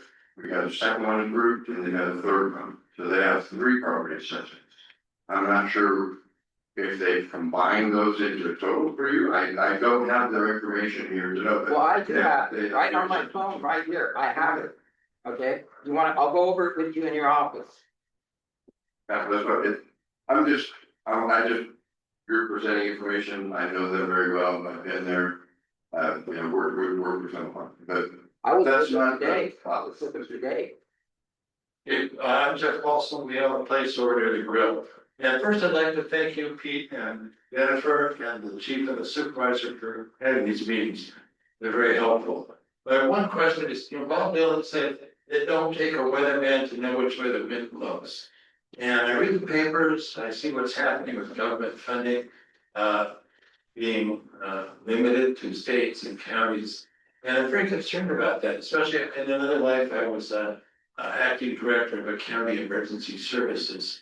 And FEMA is hurting, and I'm just worried about grant funding in the future.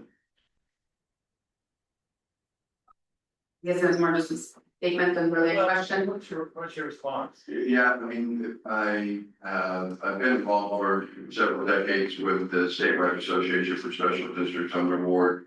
And we follow all of these, everything from appropriations to the various bond funds and everything else. And we assist in preparing the language to make sure that the rural communities are included in them. They're not always successful. The environment is definitely one right now that, appropriations, unless there's some really crazy unusual circumstance, not financial hardship, but some benefit to some political benefit probably in some way. It's just not there for that type of stuff. I believe there will still continue to be the small grants that we get, the 10,000 here, 15,000 there, 20 up to 20,000 for 50% of the cost of things like turnouts. Those things are over $5,000 a piece. The outfit, the safety gear that the firefighters wear, and those have to be replaced on the schedule. So I still feel pretty confident about that 50%. I don't feel confident about the big expenditures like the fire engine at all. My question is any of this funding that we are possibly gonna pay extra for, is any of it for prevention? One of the main things is we clear our property, we've got 100-foot clearance around all our buildings, and I have numerous buildings. Problem is down on the corner of our street, I live on Black Road in Big Oak Flat, there is a vacant lot. I have lived up here for 49 years. That lot has never been cleaned. What is the county or the GCSD going to do about getting that kind of property cleared off? Because they're gonna be paying $8. I'm gonna pay over $400. And if that's on fire down there, they can't get to my house. And they just finished putting in the new fire hydrants. They only are on that end of the street, they're not on the other end, and we have more residents on that end than where they just put all the fire hydrants in. Excellent questions. One of the benefits of having the service managed and funded locally is the decisions about improvements, decision about service levels. That would be a change, an increase in the service level provided by the fire department. The funding that is contained within the assessment is specifically for staffing, equipment replacement, and operating costs. But I can assure you that, if we've got a future of the fire department that's fully funded and we're functioning well going into the future, you saw that administrative component of the fire department that covers 5% of 5% of me, the office, the board of directors, everything. What that allows us to do is for myself to work with the fire department, to seek out different types of funding, to develop partnerships, to work with fire state councils, to participate in planning activities. If that's the will of the people through our board, and that's the direction that I get as your manager, that's where we go. We can't spend this system right now, but we still have the property tax, and that's discretionary. And so let's just say we're doing good on our budget. We can't reduce the amount of service we provide under the assessment, but let's just say we're doing really well on the budget for the assessment, that's covering what we said it was gonna be. And that we, did really good on our budgeting, we had money available in the overall budget because of the property taxes. And we were able to seek grants, even if we had a small participation percentage. I think it's a real option, I mean, it's necessary, it's just, we've done some, so far, we did all the 400 and some odd acres just over here. And we continuously do, apply for those types of grants and fuels reductions, and we work with the Tawny County, Research Conservation District, in facilitate, they've got another big project coming up. But things like home hardening and some of that, those are really attractive, and I think if money is funneled into that, I would be hoping that there was community support to go through the board and that we could come up with a way to come up with funding, because with grant funded, it's just a matter of administering it, applying, getting the money, and then accounting for the money, and that's all it's going to do. I didn't answer the question. I wanna know why they get to keep their property Okay, and nothing's done to make them clean it. okay, that's the other part of that. That is vested in the GCHD Board of Directors to adopt regulations that may be different from the county, they can't be less than what the county might adopt. But if GCSD constituents wanted a higher level of standard fire protection, it's not a CAL FIRE implementation thing. We would have to come up with a plan, staffing, funding, but it's certainly something that's within our authority as a district providing fire services. So it's definitely a possibility. It's got to go through the GCSD board, community funding, to make it happen. That would be a regulation that would, we'd have to have enforcement people and that type of stuff, but it's done throughout the state districts. You can't just say, go out there right away and do it, because we don't have the regulations in place. I'd like to chime in on that. So, excuse me, because this is in the state responsibility area per se, we do have Public Resources Code 4291 that addresses defensible space. That is only when dealing, it does not deal with vacant lots. From a county perspective, the county adopted the hazardous vegetation management ordinance that could apply in that case. However, we don't currently have anyone funded for enforcement of said thing. So in turn, I urge you to speak with your supervisor. I would like to ask that we currently looking for a new chief. To answer your question, some people are just jerks, they won't clean up their property. And we are working to contact those individuals, get them to do it. We, as a county, can't go onto another person's property and do it for them. We need a right of entry form signed by them. So we are working on sending them letters of enforcement, getting it notified, doing whatever we can, but we understand that your frustration is not alone. There's lots of properties that up and down Freddie Road, where I live, there's that as well. So we are working on it, and because it's an enforcement issue, I can't tell you what we're doing. So I know that seems like frustration, but that's government, and we're just not allowed to tell you. But I can tell you that we are working on all of those, that plan the county had adopted several years ago. I have a math question, and the question is about CAL FIRE, basically, and their contract. So I'm looking at roughly, if you've got 13 firefighters that are manning the station, assuming they're making the average salary of a firefighter, that's $60,000 a year. You multiply that out by the 13, you come to $780,000. Then you add maybe 30 or some amount of for benefits, taxes and whatnot. It still gets you to just over $1 million. So you're charging, we're making 1.4 million in taxes. We're paying, you're asking, or your contract is 1.6 something. So it seems to me like we're being gouged for $500 million and then being asked to supplement a huge amount more. So I don't understand what, can you just explain the math to me? I can try to explain that, Matt. So first of all, we contract in 38 out of 58 counties. These aren't negotiated rates, they come off of fiscal sheets. They've all been worked through, they go through the Department of Finance and Cooperative Fire Protection.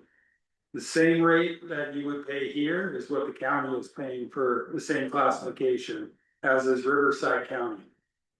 We don't go out and solicit services as a state agency. These entities have to come to us and have us put in an RFP, which we do.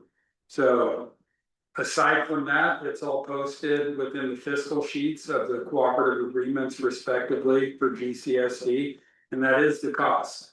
When you think about the things Pete mentioned, not owning the long-term pension liability, not owning the workers' comp in perpetuity, those are options that allow us to get these positions with the entities that choose to enter into an agreement with us. Okay, I hear that. It Yeah. sounds like, wah, wah, wah. I mean, if you're paying for people here, the same thing you're paying in San Francisco, then I can see why everyone is upset. Because you shouldn't have to pay San Francisco rates to people who are working here. And it's just a lot of money down the drain. You're asking a lot. Slide over, son. All right. Hold that thought. Alright, so station 51, right? So there's two things running in play. It's the current budget that GCSD is operating under through CAL FIRE. And then the anticipated future budget plus the anticipated going from a 2.0 staffing to a 3.0 staffing. So that is where that difference is gonna come in. So for example, station 51, for us to have staffed it another year, the deputy chief would have been 344,000, battalion chief 276, et cetera, et cetera, et cetera. So those numbers are it's about $1.4 million of what Station 56 alone would have cost the county to keep over. What you're hearing from this assessment is to maintain, plan for the future, and then and absorb, was it 9 slots for? It's an additional 3 It's an positions. additional 3 spots here. So that's where that money is coming. That's how that number is coming together. So yeah, it looks big, but you're really just building onto what you have and preparing for the future. A lot of money. It is a lot of money. It's also the not to exceed cost. And we never come in, and Pete can answer to that. And please, just, if we haven't said it already, we have a slew of information on the website. We also, you can send an email to us, we'll send you directly the California contract and calculation sheets. Any of this information is publicly available, we got provided to quickly. Hello, everyone. Thank you again, ladies and gentlemen, for putting this together. So mine's more of a comment, and as a homeowner, well, my retirement home, I've seen costs go for fire insurance, obviously fuel, everything else, and now this is coming into play. But then I step back and say, it's gonna cost me $1.30 a day if you keep buying this fire engine here. Which means I have to keep my fire insurance. If I lose a truck, more than one week, what I've been told, and someone correct me if I'm wrong, that my fire insurance may go up 300% because there's only gonna be 1 truck on site versus 2. And even if that percentage is too high, nonetheless, if that truck's not available, something happens, the insurance company's gonna go back and look at that detail. So for me, $1.30 a day is worth the expense from my personal. I know for others, acreage or businesses, it's considerably higher, so I'm not in their shoes. From my perspective, I agree, it's something we need to do.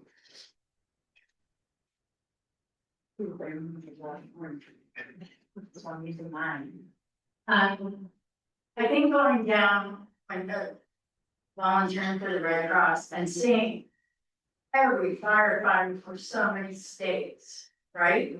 Down there fighting this fire that destroyed so many people's homes. We need you up here. I mean, we now have insurance that's telling us to move our propane tank and move this and move this, you know, we need to have our fire insurance lower. That would be wonderful, but politics, but we need Cal Fire up here. And if it's $1 something a day, then so be it to save us. I'm sorry. I mean, I want people to lose. So. I'm happy to say. Question for the chief. What's the difference between the type 1 and type 3 engine? And are they interchangeable? Do they do the same mission? Good question. So type 3 engine, like the ones that CAL FIRE operates up on Maryland Road, are specifically designed for wildland fire protection. They're a type 3 engine, they have a 500 GPM pump, and they historically carry 500 gallons. Type 1 engine, like we're talking about for GCSD engine 781, has a 1500 GPM pump. That's all weighed in when we're talking about the ISO service rating, the level of protection, how it affects your insurance or could affect your insurance. It also is a larger piece of equipment. It has more compartments. That means more tools in the toolbox. The Type 3 engine has a shorter wheelbase. It can get on those off roads that the Type 1 maybe can't. But ultimately, for the pumping capacity and large fire growth, water puts out fire. So bigger pumps, not more water in the simplest terms. More questions?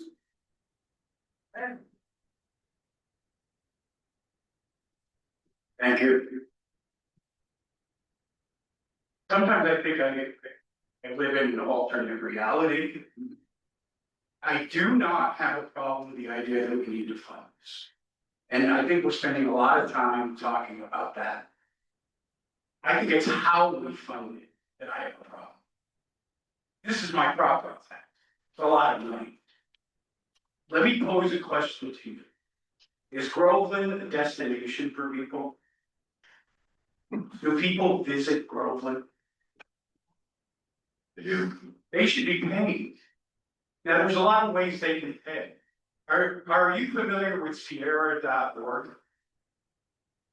Any of you? There was a survey last year about how to pay for fire service conducted by Sierra.org. And it was sent out to residents and business owners of Tuolumne County. None of those people wanted to fund it through property tax. They wanted to fund it through additional taxes on Airbnbs and rentals and sales tax. Now you're going to say, oh, wait, we've tried that with sales tax. Well, you did. But the money went into a general fund. There was no guarantee that that money was going to be spent on fire service. Why can we not propose a sales tax where the money is dedicated to the fire service? This is what I do not understand. That's a lot of money. $475. I'm within 5 minutes of the fire station, so that'll be my rate. 475 additional dollars that I have to spend on top of the money that we're all having to spend right now on gas, food, and the GCSE infrastructure. The sewers. I have a friend that told me if they don't use any water, none, they go away for a whole month, their bill is still over $200.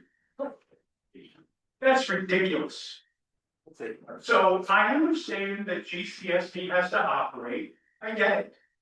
But we're passing on the cost to the residents instead of the people that visit Groveland. They're not gonna feel that 1 or 2% Airbnb tax. And they're not gonna feel the sales tax. So why aren't we searching alternative methods instead of just saying, oh, let's divvy it all up and charge all the property owners? That's my question. So there was a sales tax measure proposed, it failed, measure C failed. Yeah, I just discussed it. I know, but the problem is people don't vote for it, right? No. The problem was, it was money going to a general. I hear you, Okay. hey, I voted no on it.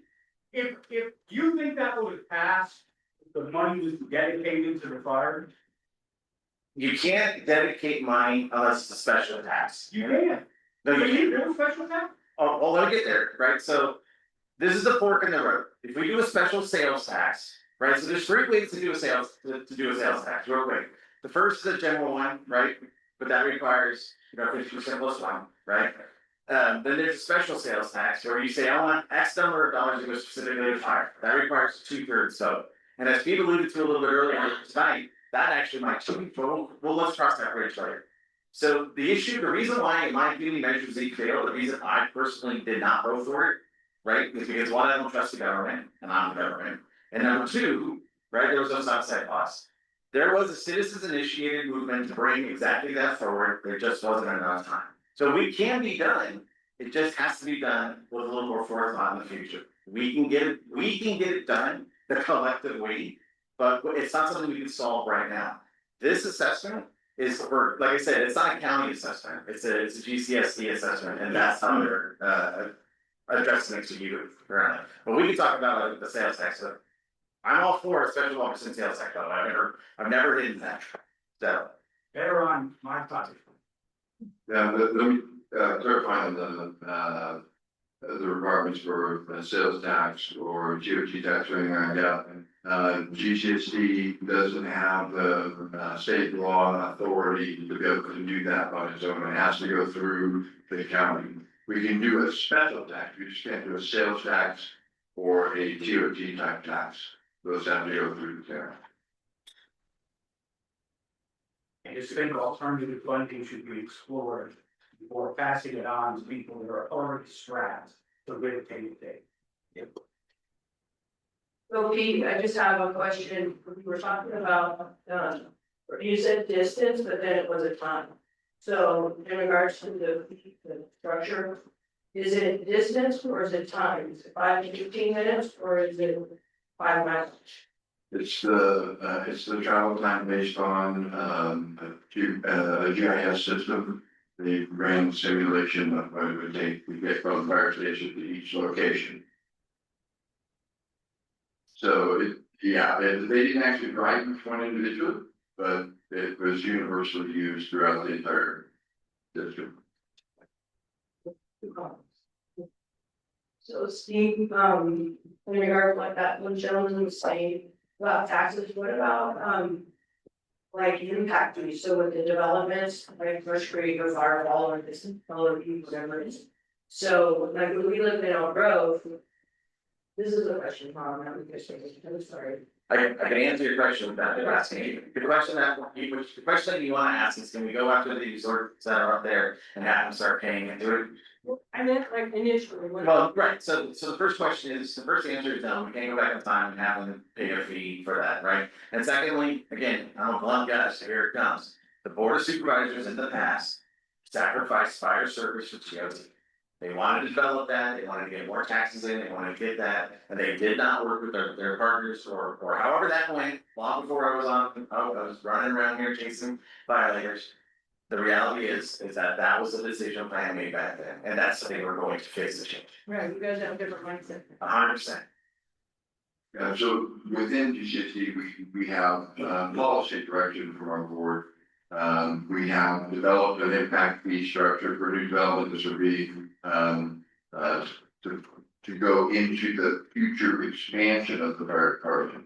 Impact fees, community facilities district taxes, those types of vehicles under state law have to be based on being prepared to expand the service, the staffing, the equipment, the stations. In the future, you can charge a disproportionate percent to a new development to subsidize existing. So you have to invest that, and you have to hold that money separately. You have to build new things, and then every year account for it in a report. But you couldn't you do it for like, I'm not saying we need this, but like, they're building all this, we're gonna build a side street. Like. Yes. Sure. Yes, you know, the perfect world, back when the land use change was done to allow for the resort development, had they had that area identified as future development needing a fire station, they could have accumulated funds over time. That's what Steve was talking about. They chose to not do that.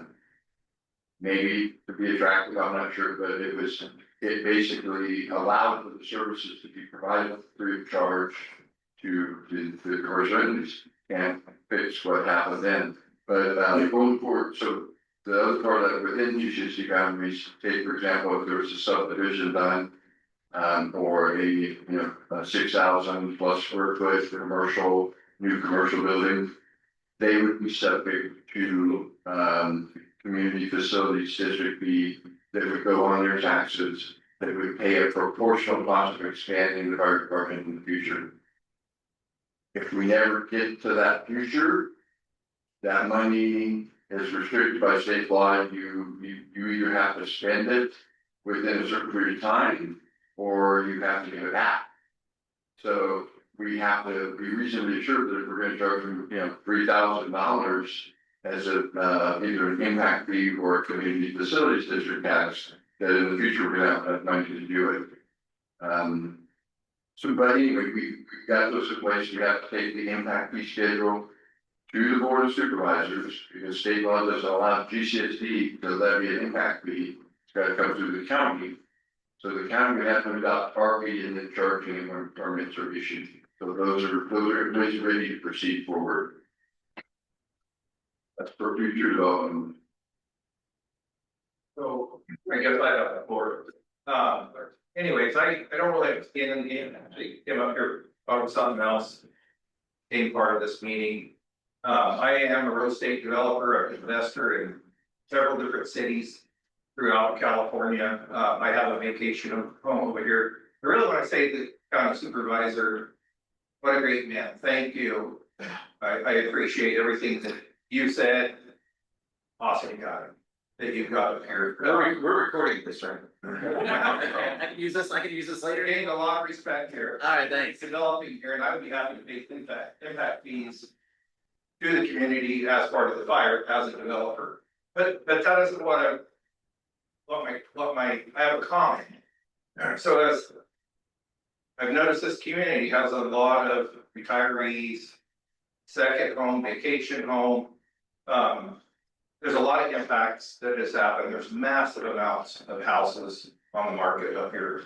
Was up here 2 days ago and we grabbed another, talked about maybe buying in bulk. It's a tragedy. I see the housing prices falling immensely. Anytime that we have special assessments on our taxes in transparency, since we're all being open, I think everybody should understand that that gets disclosed. And it will impact the price of your home because the lenders now take all this into consideration with the rates. So I just kind of want to keep that in mind, that everybody understands that. And it could impact, maybe it doesn't. But the one question I did have is, I do like CAL FIRE. The funds that were paying 50-something% to CAL FIRE is amazing. Would more of the funds go towards CAL FIRE that's already here and allow them to be able to operate at a bigger level here? You talking for us to expand in any capacity? Now, there, 50% of this budget, would more of whatever this budget's coming from, the paying you guys, would all that go to CAL FIRE that allows you to 100% consolidating. So GCSD pays you, correct? That's correct. Is GCSD funded by the government for the fire side of it? And if they're not, if CAL FIRE takes over, does that lower your monthly fees on water that starts to help expand the values of the households on the resale side? Yeah, CAL FIRE is never gonna take over any of these. CAL FIRE is here for the state mission. Those 2 engines that exist on Merrill Road are strictly for that. We have no plans to expand nor subtract from that model. The agencies having jurisdiction that we're talking about tonight is GCSD. They just choose to contract with us to provide the staffing and the oversight, as does Tuolumne County. Does anybody have a Your question? answer, Oh, go ahead, Pete. There is a change in the investment in CAL FIRE, that's going to occur in about 1.5 years, where they will be increasing staffing. That's an increase in staffing on an engine from 2 to 3.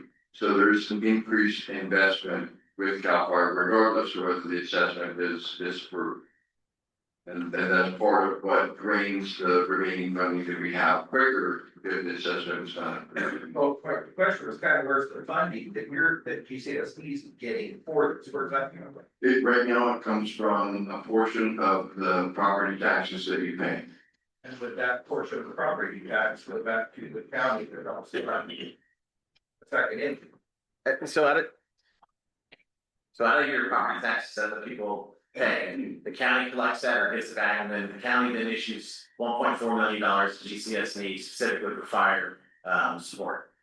So that's their, I don't want to phrase it incorrectly, but the county gives 1.4 million to GCSD that has an operational budget to provide fire service. I think that's where I think the gap is. So if we're not paying for 1.4, because 1.4 now with the Cal Fire, that's fine. The money that the county gives to GCSD, they in turn then contract that money to Cal Fire. So it is going to Cal Fire, but we're giving it to them and they give it to them. They're not taking operational costs out. Yeah, that I don't know. I would let those guys answer that one. Okay, I have a demographic bid question. I posted on my Facebook, which I'm told now is for old people, a picture of an old gray-haired hippie, and he's saying, I was just minding my own business, and all of a sudden, from 1976, it was 50 years ago. So my question is, in the previous fellow asked about retirement community and older folks. And my question is, are there a lot more older people up here on this hill compared with the rest of the county? And answer the question is, what about the proportion of medical calls versus other calls for this district versus other parts of the county? I can't answer the medical call, but I can get it to you, Mr. Paulson. I can find out what the call volume is and can get that to you. Tuolumne County is an older county. This part of South County is older population wise. North County is a little bit younger, but I mean, I choose my words carefully so I don't get, things thrown at me about our older population. This one. What was that? I am part of it. It's the gray, yeah. Yeah, and in terms of the medical response, like I said, PCSD ran 540 calls last year, approximately 80% of that is. Very good. All right, everybody, we are past 7:30. We're gonna go ahead and wrap up. We are here for you. If you have any additional questions that you didn't get answered in this meeting, please contact the district. You can call us, you can email us, we're very easy to get a hold of. When you arrive, you receive the handout. This one, if you participated in the last meeting, it's the same one that was the last meeting, but at the top of the handout is a small part containing a QR code. That code will take you directly to a dedicated web page with detailed factual information regarding the proposed fire benefit assessment. There's a substantial amount of information on that website. There's a substantial amount of information on our district dedicated website. We have one additional community meeting scheduled prior to ballot submission deadline of July 8th. That meeting will take place on Thursday, June 18th from 5:30 to 7:30 p.m. here, same place. And so with that, wish everybody a great evening and have a good night. Thanks, everyone. Hey, before everybody goes, one last thing I think is really important. Your board of directors for GCSD cannot advocate for this. So when you hear, I'm saying this because I want to support this mission that they're doing. So if you have questions, you have people in your community, or you want me to answer questions, lean on us, right? We want to make sure this is successful, the board of directors is successful. So if you have any questions, please lean on us. Well, how about the right? Thank you.